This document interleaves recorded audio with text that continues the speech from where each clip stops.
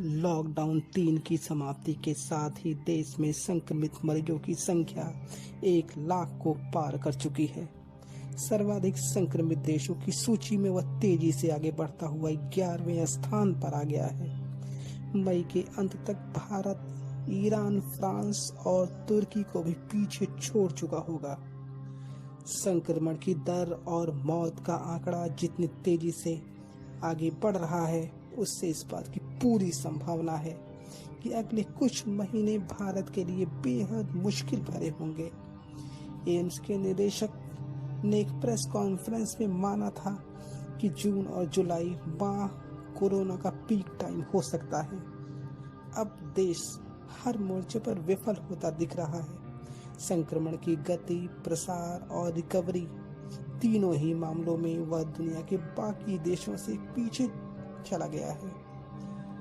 मरीजों के ठीक होने की दर में यहाँ कुछ सुधार हुआ है, लेकिन इसके बावजूद भी 100 से अधिक देश रिकवरी के मामले में भारत से कहीं आगे हैं। यहाँ रिकवरी दर 34% है, जबकि तुर्की और ईरान जैसे देशों में यह दर 70% से भी ज्यादा है, जो कि भारत से कहीं अधिक पिछड़े देश हैं।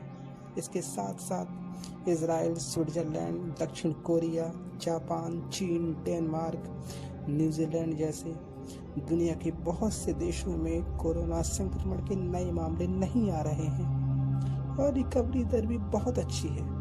इसका सीधा मतलब हुआ कि इन देशों ने कोरोना संक्रमण पर पूरी तरीके से काबू पा लिया है। अब हम भारत की तरफ रुख करते हैं। लॉकडाउन 3 के पहले तक महाराष्ट्र, गुजरात, दिल्ली, मध्य प्रदेश और तमिलनाडु के विभिन्न क्षेत्र कोरोना संक्रमण से सर्वाधिक प्रभावित थे, पर आने वाले महीनों में उत्तर प्रदेश, बिहार और पश्चिमी बंगाल कोरोना संक्रमण के नए हॉटस्पॉट बनने वाले हैं और इसकी शुरुआत भी हो चुकी है। इसका कारण है प्रवासी मजदूरों की घर वापसी। सुदूर गांवों तक कोरोना प्रसार के लिए केवल प्रवासी मजदूरों को ही दोषी ठहराना अनुचित है। इसके लिए सरकार भी कम जिम्मेदार नहीं है। यदि वह इन मजदूरों को सुरक्षित घर पहुंचाने के उत्तरदायित्व का पूरी ईमानदारी से निर्वहन करती तो शायद ये नौबत ही न आती। अब एक बड़ा सवाल ये है कि सरकार कोरोना प्रसार को रोकने में नाकाम क्यों हुई? इसका सीधा जवाब है कम टेस्टिंग। भारत में अभी तक 24 लाख लोगों की ही टेस्टिंग हो पाई है, जो कुल जनसंख्या के लिहाज से बहुत कम है।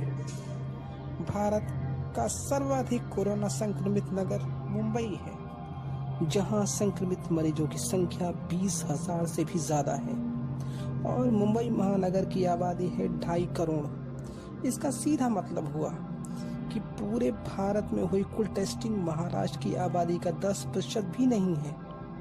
अब हम कोरोना वायरस की जन्मस्थली वुहान की तरफ रुख करते हैं। चीन के वुहान शहर की आबादी है 1 करोड़। पूरा वुहान शहर दिसंबर माह में कोरोना वायरस से संक्रमित हो चुका था। हजारों लोगों की मौत हो चुकी थी।